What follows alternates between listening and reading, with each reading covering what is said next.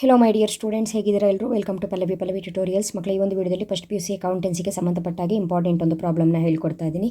ಹಿಂದಿನ ವಿಡಿಯೋದಲ್ಲಿ ಟೋಟಲ್ ಆಗಿ 2025-26 ಈ ವರ್ಷ ಆ್ಯನ್ಯುವಲ್ ಎಕ್ಸಾಮ್ನ ಬರೀತಾ ಇರುವಂತಹ ಮಕ್ಕಳಿಗೆ ಇದು 6ನೇ ವಿಡಿಯೋ.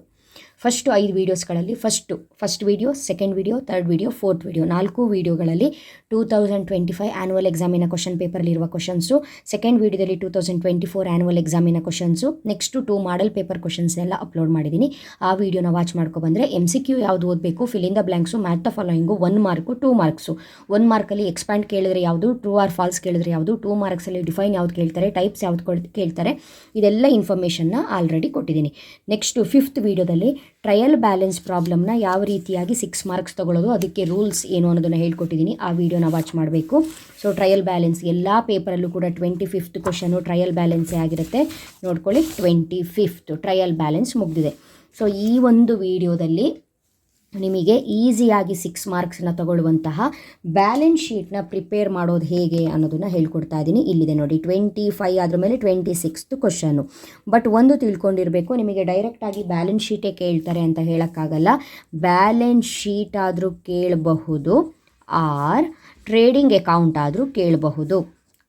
ಟ್ರೇಡಿಂಗ್ ಅಕೌಂಟ್ ಎರಡೂ ಕೂಡ ತುಂಬ ಈಸಿ. ಯಾಕಂತ ಹೇಳಿದ್ರೆ ನೀವು ಫೈನಲ್ ಅಕೌಂಟನ್ನು ಮಾಡುವಂತಹ ಮಕ್ಕಳಿಗೆ ಬ್ಯಾಲೆನ್ಸ್ ಶೀಟು ಮತ್ತು ಟ್ರೇಡಿಂಗ್ ಅಕೌಂಟು, P&L ಅಕೌಂಟು ಇದೇ ನಿಮಗೆ ಹೊಸ ಒಂದು ಇನ್ಫಾರ್ಮೇಷನ್ ಏನಲ್ಲ. ಬಟ್ ನೀವು ಈಗ ಫೈನಾನ್ಷಿಯಲ್ ಸ್ಟೇಟ್ಮೆಂಟು ಚಾಪ್ಟರಲ್ಲಿ ಫೈನಲ್ ಅಕೌಂಟು 12 ಮಾರ್ಕ್ಸಿಗೆ ಈಸಿಯಾಗಿ ಮಾಡಬೇಕು ಅಂತ ಹೇಳಿದ್ರೆ ಫಸ್ಟು ನೀವು ಟ್ರೇಡಿಂಗ್ ಅಕೌಂಟನ್ನು ಹೇಗೆ ಪ್ರಿಪೇರ್ ಮಾಡೋದು, ಬ್ಯಾಲೆನ್ಸ್ ಶೀಟ್ನ ಹೇಗೆ ಪ್ರಿಪೇರ್ ಮಾಡೋದು ಅನ್ನೋದು ನಿಮಗೆ ಗೊತ್ತಿರಬೇಕು. ಇಲ್ಲ ಅಂತ ಹೇಳಿದ್ರೆ ನೀವು ಪ್ರಾಬ್ಲಮ್ ಸಾಲ್ವ್ ಮಾಡೋಕ್ಕಾಗಲ್ಲ.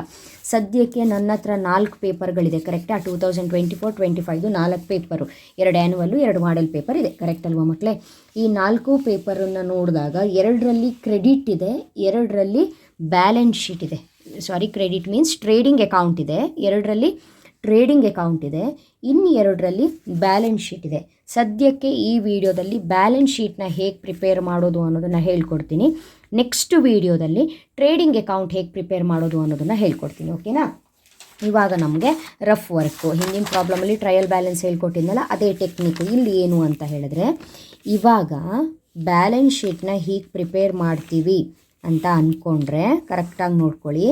ಇದು ಲಯಬಿಲಿಟಿ ಸೈಡು, ಇದು ಅಸೆಟ್ ಸೈಡು, ಕರೆಕ್ಟಾ? ಇಲ್ಲೆಲ್ಲ ಬರುವಂತಹ ಅಸೆಟ್ಸ್ಗಳನ್ನ ಬರೆದುಬಿಡ್ತೀವಿ. ಇದು ಪ್ರಾಬ್ಲಮ್ ಇಲ್ಲ, ಅಸೆಟ್ಸನ್ನ ಡೈರೆಕ್ಟಾಗಿ ಬರೆದುಬಿಡ್ತೀವಿ.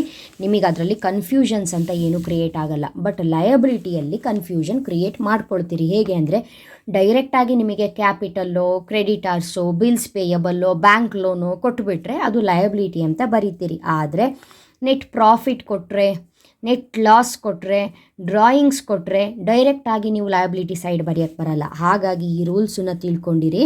ಅವರು ಕ್ಯಾಪಿಟಲ್ ಕೊಟ್ಟಿದ್ದಾರೆ ಅಂತ ಅಂದ್ಕೊಳ್ಳಿ, ಆ ಕ್ಯಾಪಿಟಲ್ ಅಮೌಂಟನ್ನು ಇನ್ನರ್ ಕಾಲಮಲ್ಲೇ ಬರ್ಕೊಳ್ಬೇಕು. ಕ್ಯಾಪಿಟಲ್ ಅಮೌಂಟನ್ನು ಡೈರೆಕ್ಟಾಗಿ ಹೊರಗೆ ಬರೆಯೋ ಹಾಗಿಲ್ಲ.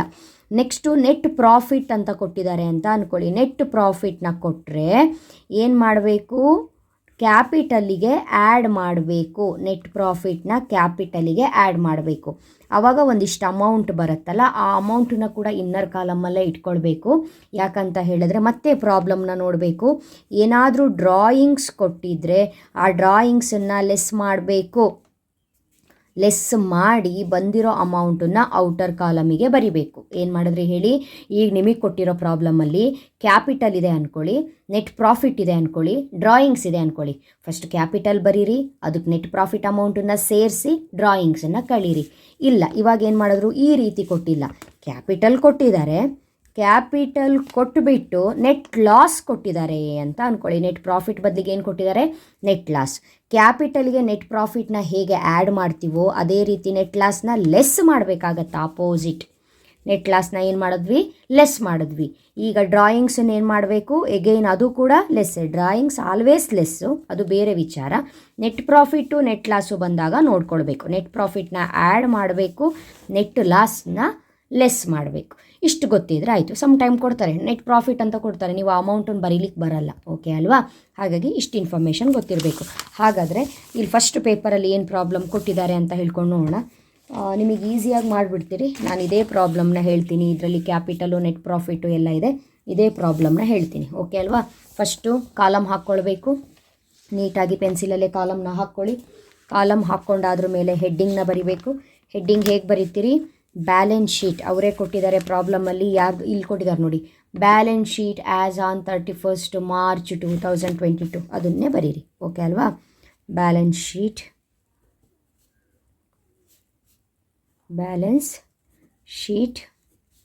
As on 31st March 2022 paper, ಯಾಕಂದರೆ ಇದು 2024 ಆ್ಯನ್ಯುವಲ್ ಎಕ್ಸಾಮ್ ಪೇಪರು, ಹಾಗಾಗಿ ಇದೆ.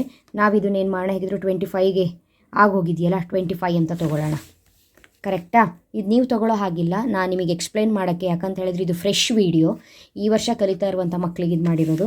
ಸೊ ಮತ್ತು ನೀವು ನಿಮ್ಮ ಮನಸ್ಸಿಗೆ ಬಂದಂಗೆ ಚೇಂಜ್ ಮಾಡ್ಬೋದು ಅಂತ ಅಂದ್ಕೊಳ್ಬೇಡಿ. ಡೇಟ್ ಅವ್ರು ಏನು ಕೊಟ್ಟಿರ್ತಾರೋ ಅದನ್ನೇ ಬರೀಬೇಕು ಮಕ್ಕಳೇ. ಓಕೆ ಅಲ್ವಾ? ಓಕೆ, ನೆಕ್ಸ್ಟು ಇಲ್ಲಿ ಲಯಬಿಲಿಟಿ ಅಮೌಂಟ್, ಅಸೆಟ್ಸ್ ಅಮೌಂಟ್. ಕರೆಕ್ಟಾ? ಈಗ ಒಂದು ಸಲ ಪ್ರಾಬ್ಲಮ್ನ ನೋಡ್ಕೊಂಡು ಬರೋಣ. ಇಲ್ಲಿದೆ ಇನ್ಫಾರ್ಮೇಷನ್ ಏನೇನಿದೆ ಅಂತ ಹೇಳ್ಕೊಂಡು. ಫಸ್ಟು ಕ್ಯಾಪಿಟಲ್ ಇದೆ, ನಾನಿಲ್ಲಿ ಬರಿತೀನಿ ಕ್ಯಾಪಿಟಲ್. ನಮಗೆ ರೂಲ್ಸ್ ಮರ್ತೋಗಬಾರ್ದು ಅನ್ನೋ ಕಾರಣಕ್ಕೆ ನಾನು ಕ್ಯಾಪಿಟಲಿಗೆ ನೆಟ್ ಪ್ರಾಫಿಟ್ ಆ್ಯಡ್ ಮಾಡಬೇಕು ಅನ್ನೋದನ್ನು ನಾನು ಫಸ್ಟೇ ಬರ್ಕೊಂಡ್ಬಿಡ್ತೀನಿ. ಬಂದಿರುವ ಅಮೌಂಟಲ್ಲಿ ಡ್ರಾಯಿಂಗ್ಸನ್ನು ಲೆಸ್ ಮಾಡಬೇಕು ಅನ್ನೋದನ್ನು ನಾನು ಬರ್ಕೊಬಿಡ್ತೀನಿ. ಯಾಕಂದರೆ ಇದು ಆಲ್ವೇಸ್ ನಾವು ನೆನ್ಪಿಟ್ಕೊಳ್ಳೋದು ತುಂಬ ಒಳ್ಳೆಯದು. ಓಕೆ ಅಲ್ವಾ? ಇವಾಗ ಕ್ಯಾಪಿಟಲ್ಲು ಎಷ್ಟಿದೆ? 1 lakh ಇದೆ.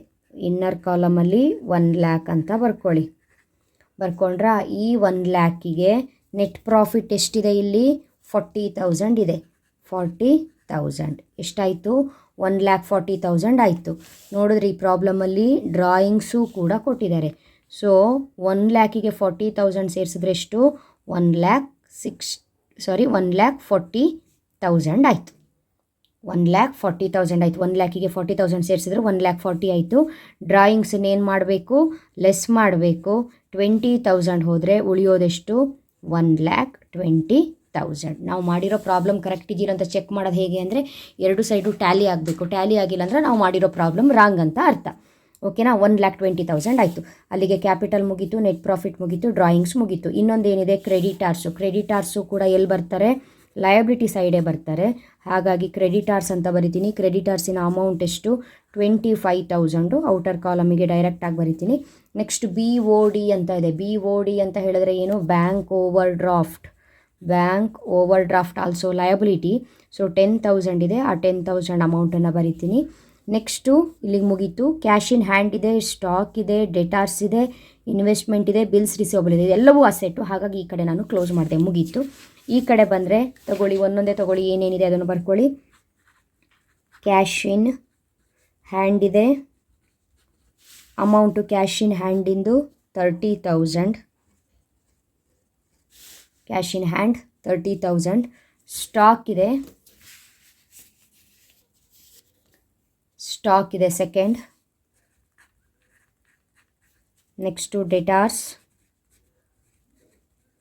Next investment. ಬಿಲ್ಸ್ ರಿಸೀವಬಲ್ ಇದೆ. ಅಷ್ಟರದ್ದು ಅಮೌಂಟ್ ಬರೀತಾ ಹೋಗೋಣ. ಇವಾಗ ಸ್ಟಾಕಿಗೆ 40,000 ಇದೆ. ಸ್ಟಾಕ್ 40,000. ಡೆಟಾರ್ಸ್ 20,000. ಇನ್ವೆಸ್ಟ್ಮೆಂಟ್ 60,000.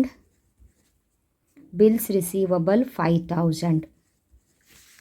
ಸೊ ಇಷ್ಟು ಕೂಡ ಬರೆದಿದ್ದೀನಿ. ಕ್ಯಾಲ್ಕುಲೇಟ್ರ್ ತೊಗೊಂಡು ಟೋಟಲ್ ಮಾಡಿ ಇವಾಗ ಕರೆಕ್ಟ್ ಇದೆಯಾ ಅಂತ.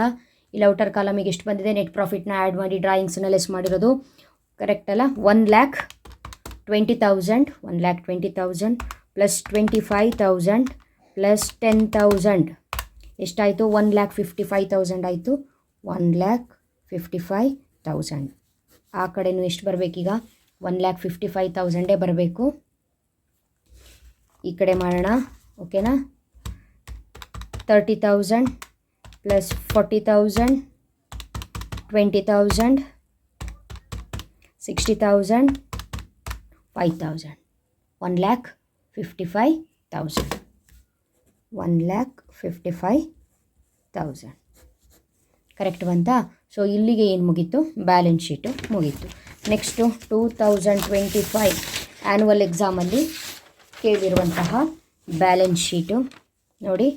ಇಲ್ಲಿ ಕ್ಯಾಪಿಟಲ್ ಕೇಳಿದರೆ, capital liability, land and building asset, bank loan liability, creditors liability, debtors asset, bills payable liability, closing stock asset, net profit ಲಯಬಿಲಿಟಿಯಲ್ಲಿ ಬರುತ್ತೆ, ಆ್ಯಡ್ ಮಾಡಬೇಕು ಕ್ಯಾಪಿಟಲಿಗೆ, furniture asset, cash in hand asset. So ಈ ಪ್ರಾಬ್ಲಮ್ನ ಮಾಡ್ತಾ ಹೋಗೋಣ. ಓಕೆ, ನೀವು ನೀಟಾಗಿ ಮಾಡಿ. ನಾ ಟ್ಯಾಲಿ ಆಗುತ್ತೋ ಇಲ್ವೋ ಅನ್ನೋದನ್ನು ನಿಮಗೆ ಒಂದು ಸಲ ತೋರಿಸ್ಬಿಡ್ತೀನಿ. ನೀವು ನೀಟಾಗಿ ಬರೀಬೇಕು. ಫಸ್ಟಿಂದ ತಗೊಳ್ತಾ ಇದ್ದೀನಿ ನಾನು.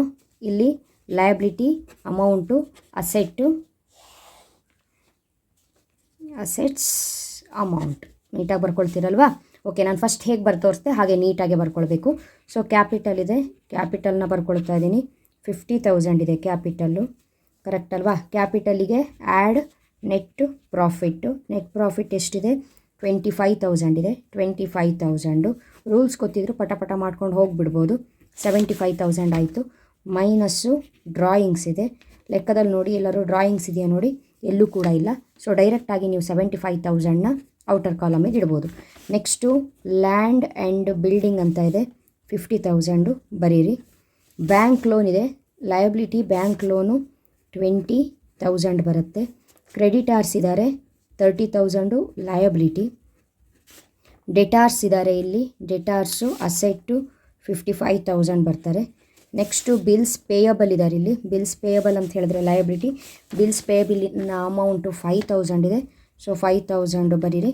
ನೆಕ್ಸ್ಟು ಕ್ಲೋಸಿಂಗ್ ಸ್ಟಾಕ್ ಇದೆ. Closing stock always asset. Closing stock 9,000 ಇದೆ, 9,000 ಬರೀರಿ. ನೆಟ್ ಪ್ರಾಫಿಟ್ ಆಲ್ರೆಡಿ ಆಗೋಗ್ಬಿಟ್ಟಿದೆ. ಫರ್ನಿಚರ್ ಇದೆ 6,000 ಬರೀರಿ.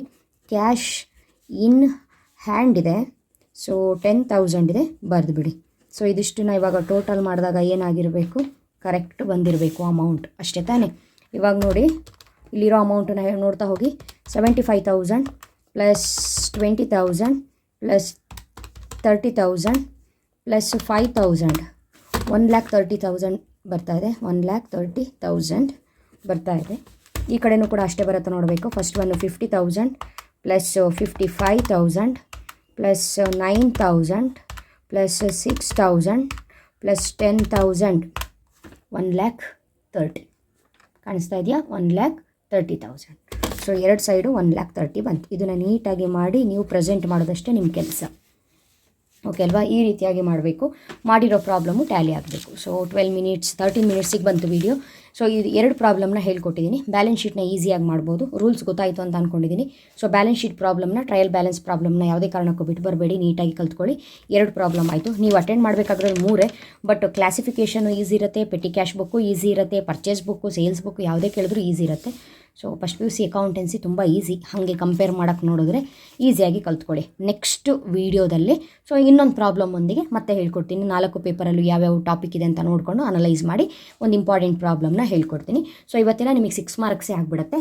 ನಾಳೆ ಡೇಟಿಗೆ ಕರೆಕ್ಟಾಗಿ 12 ಮಾರ್ಕ್ಸಿನ ಇಂಪಾರ್ಟೆಂಟ್ ಪ್ರಾಬ್ಲಮ್ಸನ್ನು ಎಕ್ಸ್ಪ್ಲೇನ್ ಮಾಡ್ತೀನಿ. ಫಸ್ಟು ಫೈನಲ್ ಅಕೌಂಟ್ ಆಗಿರ್ಬೋದು, journal entry, double column cash book, simple column cash book ಆಗಿರ್ಬೋದು, ಅಥವಾ ಸಬ್ಸಿಡಿಯರಿ ಬುಕ್ಸ್ ಆಗಿರ್ಬೋದು, BRS bank reconciliation statement, then depreciation. ಓಕೆನಾ? ನಿಮಗೆ ಯಾವ ಪ್ರಾಬ್ಲಮ್ಮು ಈಸಿ ಆಗುತ್ತೆ ಆ ಪ್ರಾಬ್ಲಮ್ನ ಕಲ್ತ್ಕೊಂಡು ನೀವು ಸಾಲ್ವ್ ಮಾಡ್ಬೋದು. ಸೊ ಚೆನ್ನಾಗಿ ಓದ್ಕೊಳ್ಳಿ, ಒಳ್ಳೆಯದಾಗಲಿ, ಒಳ್ಳೆ ಸ್ಕೋರನ್ನು ಮಾಡಿ. ಯಾರ್ಯಾರು ಈ ಒಂದು ವೀಡಿಯೋಗಳನ್ನ ನೋಡಿ ಕಲ್ತಿದ್ದೀರೋ ಅವರು ನಿಮ್ಮ ಫ್ರೆಂಡ್ಸ್ಗಳಿಗೆ ಶೇರ್ ಮಾಡಿ. ಓಕೆನಾ? Thank you.